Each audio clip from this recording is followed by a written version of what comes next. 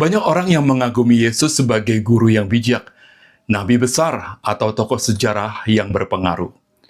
Namun tidak sedikit pula yang mempertanyakan apakah Yesus sendiri pernah secara pribadi, secara eksplisit menyatakan bahwa Dia adalah Tuhan dan layak disembah.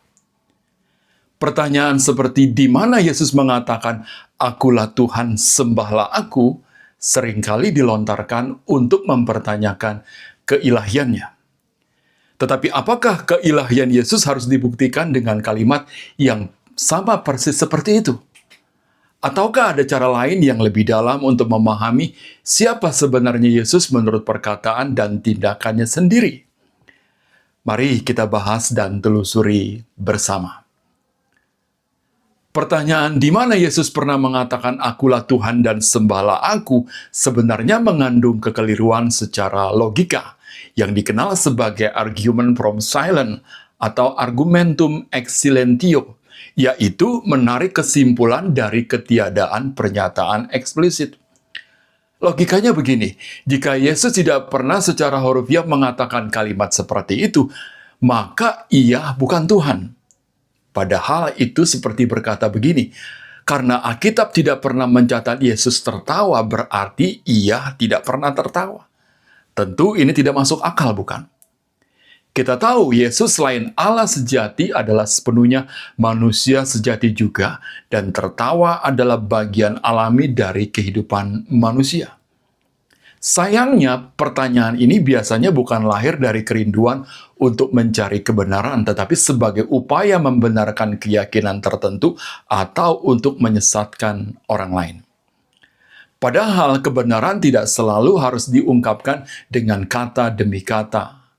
Seluruh tindakan, sikap, dan hidup Yesus adalah bukti yang jauh lebih kuat tentang keilahiannya daripada sekedar satu kalimat eksplisit.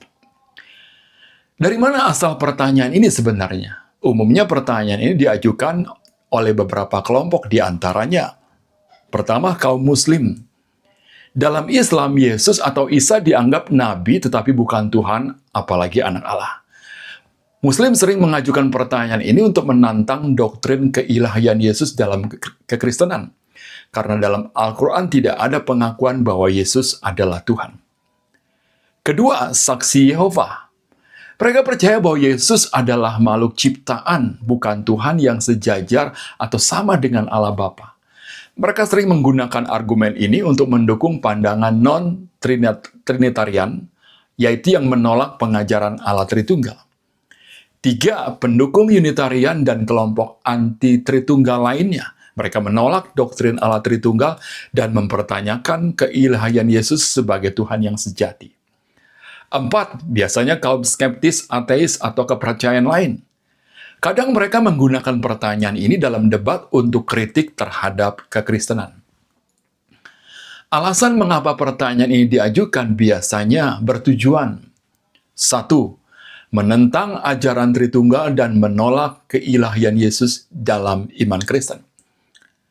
Kedua, menggugurkan dasar iman Kristen di mana Alkitab tidak bisa membuktikan adanya kalimat itu. Tiga, melemahkan iman orang-orang Kristen karena ternyata apa yang mereka tanyakan terbukti tidak dituliskan di dalam Alkitab. Keempat, tentu ini yang paling penting, menarik keluar orang-orang Kristen supaya meninggalkan iman mereka.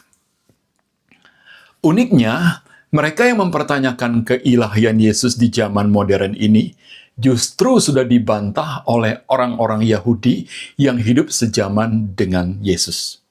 Dalam Yohanes 10 ayat 33, mereka menuduh Yesus menghujat karena menyamakan dirinya dengan Allah. Orang-orang Yahudi ini berkata, "Karena engkau sekalipun hanya seorang manusia, mengapa menyamakan dirimu dengan Allah? Jika Yesus hanya seorang guru atau nabi biasa, mengapa orang-orang Yahudi mengejar-ngejarnya dan ingin membunuhnya?" Yesus memang tidak pernah berkata, "Akulah Tuhan, sembahlah Aku," secara eksplisit. Tetapi pernyataan, perbuatan, dan pengajarannya menyiratkan keilahian dengan sangat jelas. Beberapa buktinya, di antara lain, pertama, Yesus sudah ada sebelum Abraham. Dalam Yohanes 8 ayat 58, Yesus berkata, "Sebelum Abraham jadi, aku telah ada."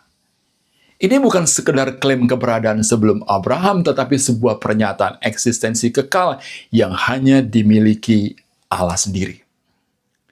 Kedua, Yesus dan Bapa adalah satu. Dalam Yohanes 10 ayat 30, Yesus lagi-lagi mengatakan, "Aku dan Bapa adalah satu." Ia bukan hanya utusan, tetapi satu dalam esensi dan kuasa dengan Allah Bapa. Ini adalah dasar iman Kristen mengenai Tritunggal. Yesus adalah Allah yang layak disembah. Ketiga, Yesus adalah firman yang menjelma. Yohanes 1 ayat 1 dan ayat 14 menegaskan bahwa firman itu telah ada dan telah menjadi manusia. C.S. Lewis pernah menulis, anak Allah menjadi manusia agar manusia dapat menjadi anak-anak Allah. Yesus adalah perwujudan kasih Allah yang turun ke dunia demi menyelamatkan manusia.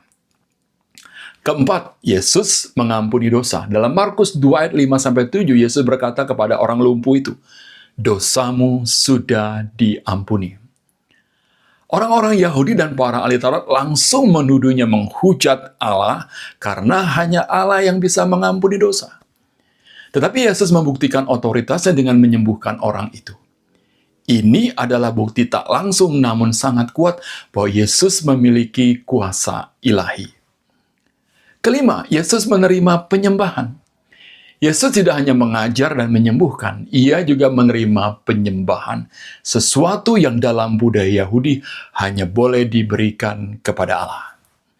Dalam Matius 14 ayat 33, para murid-muridnya menyembahnya dan berkata, "Sesungguhnya engkau anak Allah." Dalam Yohanes 10 ayat 28, Thomas berseru, "Ya Tuhanku dan Allahku." Dan Yesus tidak menolaknya.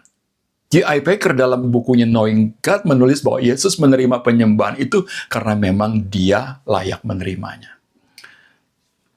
Perlu dipahami, menyebut Yesus sebagai Tuhan bukan berarti Allah berhenti jadi Tuhan, atau Allah berubah menjadi manusia lalu kehilangan keilahiannya. Ibarat matahari yang sinarnya hadir di bumi, kita mungkin tidak bisa melihat matahari secara langsung, tetapi lewat cahaya, kita bisa melihat dan merasakan kehangatannya. Demikian juga Yesus, melaluinya kita melihat siapa Allah itu sebenarnya. Kalau boleh kita simpulkan, jika kita menilai berdasarkan tindakan yang konsisten dan pengakuan yang dilakukan oleh orang-orang yang menyaksikan kehidupan Yesus secara langsung, bahkan oleh musuhnya sendiri, klaim keilahian Yesus menjadi masuk akal dalam konteks sejarah dan keagamaan pada waktu itu. Dengan melihat bukti-bukti ini secara keseluruhan, seseorang yang terbiasa dengan metodologi logis dan konteks sejarah dapat memahami bahwa Yesus tidak perlu berkata persis seperti "Akulah Tuhan, sembahlah Aku" untuk menunjukkan bahwa Ia adalah Tuhan. Seluruh kehidupan, tindakan, dan penerimaan penyembahan yang ia terima dari pengikutnya dan bahkan diakui oleh musuh-musuhnya menunjukkan klaim keilahian yang kuat dan konsisten. Jika Anda benar-benar ingin mencari kebenaran, ajukanlah pertanyaan ini dengan hati yang jujur. Jika Yesus bukan Tuhan, mengapa perkataan dan perbuatannya begitu kuat menunjukkan ke arah itu? Mengapa orang-orang Yahudi di zamannya menuduhnya menghujat Allah karena menyamakan dirinya dengan Allah? Dr. Nabil Qurais, penulis buku Seeking Allah, Finding Jesus, dan mantan penganut Muslim yang kemudian menjadi pengikut Yesus, berkata, "Saya tidak mencari Yesus karena ingin menjadi Kristen. Saya mencarinya karena saya ingin kebenaran. Dan saya menemukan bahwa Injil adalah benar dan Yesus sungguh Tuhan." Kiranya pembahasan ini membawa pencerahan dan penguatan iman bagi kita semua. Jika Anda memiliki tanggapan, pertanyaan, atau ingin berbagi, silakan tulis di dalam kolom komentar. Sampai jumpa lagi dalam pembahasan berikutnya. Tuhan Yesus memberkati.